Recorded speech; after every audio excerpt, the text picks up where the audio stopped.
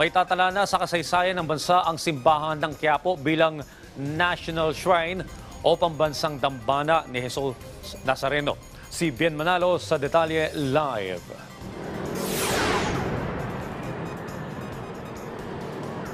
Yes, Audrey, ngayong araw, idedeklara ng Catholic Bishops' Conference of the Philippines o CBCP ang Quiapo Church bilang isang national shrine o pambansang dambana ng Jesus Nazareno.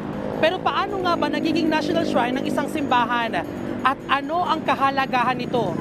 Narito ang report. Isang malaking selebrasyon para sa mga deboto ng Puong Itim na Nazareno ang araw na ito. Ngayon kasi magiging ganap na National Shrine ni Jesus Nazareno ang Quiapo Church. Pero paano nga ba nagiging National Shrine ang isang simbahan? Una, ang pagkakaroon ng kahalagahan sa kasaysayan ng simbahan o mahahalagang pangyayari sa kasaysayan ng simbahan. At pangalawa, kung ito ay tahanan ng mga sacred objects. May mga mahalagang bagay na dapat nararanasan ng mga mananampalataya sa isang national shrine.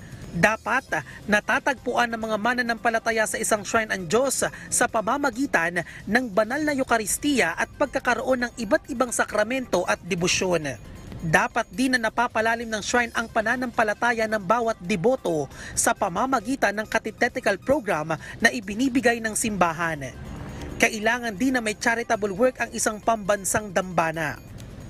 Narito naman ang reaksyon ng mga deboto sa pagiging National Shrine ng Quiapo Church mula sa Archdiocesan Shrine. Natutuwa ako na magiging National Shrine na ang simbahan ng Quiapo ng Nazareno. Mahalaga sa atin, siyempre, na ma-proud tayo na maging National Shrine ang Quiapo Church. Hindi na mawala sa akin itong panata ko rito sa Quiapo. Kaya yung pagiging niya na ito ng Quiapo, ano lang sa akin, okay lang sa akin, wala namang problema.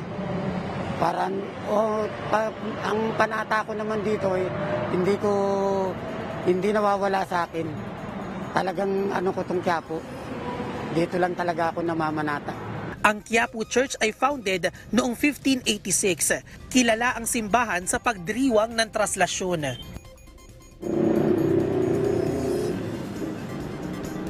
Audrey, sa ngayon ay nagpapatuloy ang misa dito sa Quiapo Church.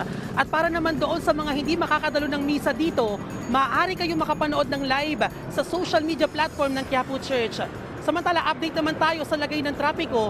Maluwag pa naman ang usad ng trapiko dito sa northbound lane ng Quezon Boulevard. Ito yung mga motorista na papasok ng Maynila. Maging sa southbound lane naman, ito yung mga sasakyan na papasok naman ng Quezon City. At yan muna ang update.